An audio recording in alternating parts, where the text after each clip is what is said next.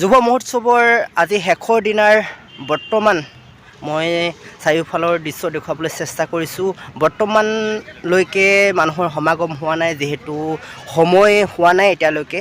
11 বজাৰ পাছত অনুষ্ঠানবিলাক আৰম্ভ হয় আৰু মানুহ তেতিয়াৰ পৰা অলপ বেছি হয়। আজিকালি দেখা পোৱা যায় যে সোণোৱাল কছাৰীসকলৰ নতুন প্ৰজন্মৰ অধিক সংখ্যকে সোণোৱাল কছাৰীসকলৰ হাত খেল আৰু চৈধ্য বংশৰ নামবিলাক নাজানে। আৰু আমাৰ যি যুৱ আৰু সাংস্কৃতিক মহোৎসৱ হৈ আছে দুলীয়াগাঁৱত, আৰু ইয়াতে ধুনীয়া এটা পদক্ষেপ লৈছে। ইয়াতে আমাৰ যি সোণোৱাল কছাৰীসকলৰ হাত খেল আৰু 14টা বংশ আছে, সেই সকলোবিলাকৰ নাম উল্লেখ কৰি দিছে। মই আপোনালোকক দেখুৱাব বিচাৰিছোঁ। ইয়াত দেখিছে সোণোৱাল কছাৰীসকলৰ হাত খেলৰ নামবিলাক ইয়াত উল্লেখ কৰি দিছে: বালি খিতাৰী, চিৰিপুৰীয়া, অমৰা বমীয়া, ঢুলীয়াল, উজনি কুচীয়া, নামনি কুচীয়া, টিপমীয়া। ঠিক তেনেকৈ সোণোৱাল কছাৰীসকলৰ 14 বংশৰ নামো ইয়াত ধুনীয়াকৈ উল্লেখ কৰি দিছে।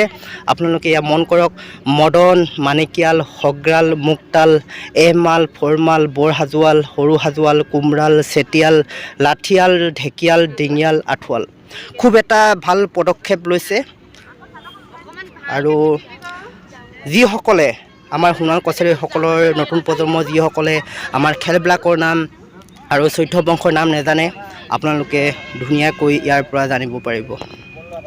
লাভ কৰিবলৈ সক্ষম হোৱা শ্ৰীযুত যুগল শইকীয়া ডাঙৰীয়া, সমাজ সংগত সাংস্কৃতিক কৰ্মী, সদৌ অসম সোণোৱাল কছাৰী কল্যাণ সংস্থাৰ সম্পাদক, আৰু তেখেতক আমি বঁটা প্ৰদান কৰিবলৈ আমি অনুৰোধ জনাইছোঁ। আমাৰ মাজত উপস্থিত থকা মাননীয় সাংসদ ডাঙৰীয়া শ্ৰীযুত প্ৰধান বৰুৱা ডাঙৰীয়াক অনুৰোধ জনাইছোঁ। লখিমপুৰ লোকসভা সমষ্টিৰ সাংসদ মাননীয় প্ৰধান বৰুৱা ডাঙৰীয়াক এই বঁটা প্ৰদান কৰিবলৈ অনুৰোধ জনাইছোঁ। সকলোৱে হাত চাপৰিৰে তেখেতক উৎসাহিত কৰিবলৈ আমি অনুৰোধ জনাইছোঁ। বংগবন্ধু সোণোৱাল বঁটা 2021 বৰ্ষৰ লাভ কৰিবলৈ সক্ষম হৈছে সমাজ সংগঠক, সাংস্কৃতিক কৰ্মী, বৰপুৰৰ শ্ৰীযুত যুগল শইকীয়া ডাঙৰীয়া, আৰু আমি আশা কৰিছোঁ অনাগত সময়তো তেখেতৰ কৰ্মেৰে সমাজ সংস্কৃতিৰ বাবে তেখেতে যিখিনি অৱদান আগবঢ়াইছে সেই অৱদান আগবঢ়াই যাওক আৰু যুৱ প্ৰজন্মৰ বাবে তেখেত বাট কটোৱা কৰক। এয়া মাননীয় সাংসদ মহোদয়ে তেখেতক এই বঁটা প্ৰদান কৰিছে।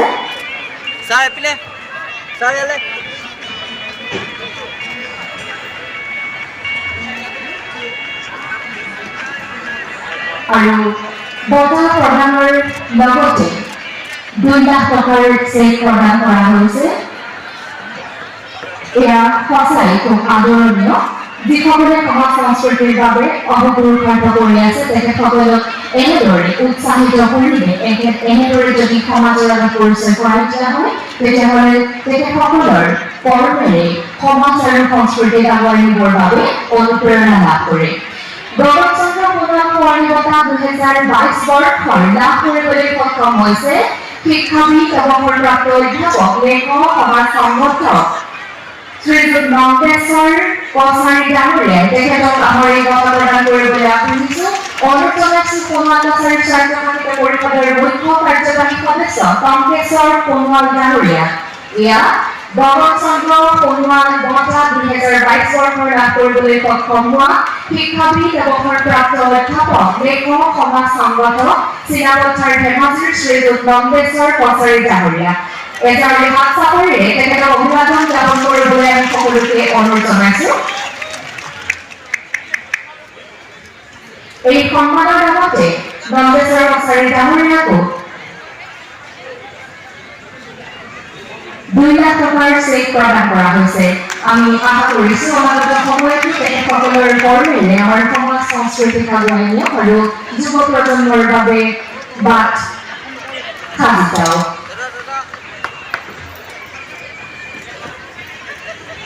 গতিকে এই বঁটা গ্ৰহণ কৰি মই মোৰ বঁটাটো উৎসৰ্গা কৰিব বিচাৰিছোঁ সুদূৰ বৰপথাৰত থকা সোণোৱাল কছাৰী পুৰাতন ক্ষেত্ৰ মাইকী সমাজৰ যিখন কেন্দ্ৰীয় সমিতি, সেই সমিতিলৈ মই সেইটো উৎসৰ্গা কৰিব বিচাৰিছোঁ 1 লাখ টকা। আৰু ইয়াতো হাত উজান দিব বুলি মই পৰিষদৰ মুখ্য কাৰ্যবাহী তথা সকলোকে সকলো কৰিবলৈকে মই আহ্বান জনাইছোঁ। আন এটি 1 লাখ টকাৰ আন এটা অনুষ্ঠানলৈ মই উচৰ্গা কৰিব বিচাৰিছোঁ। এয়াই হৈছে দিব্যাংগসকলৰ অনুষ্ঠান।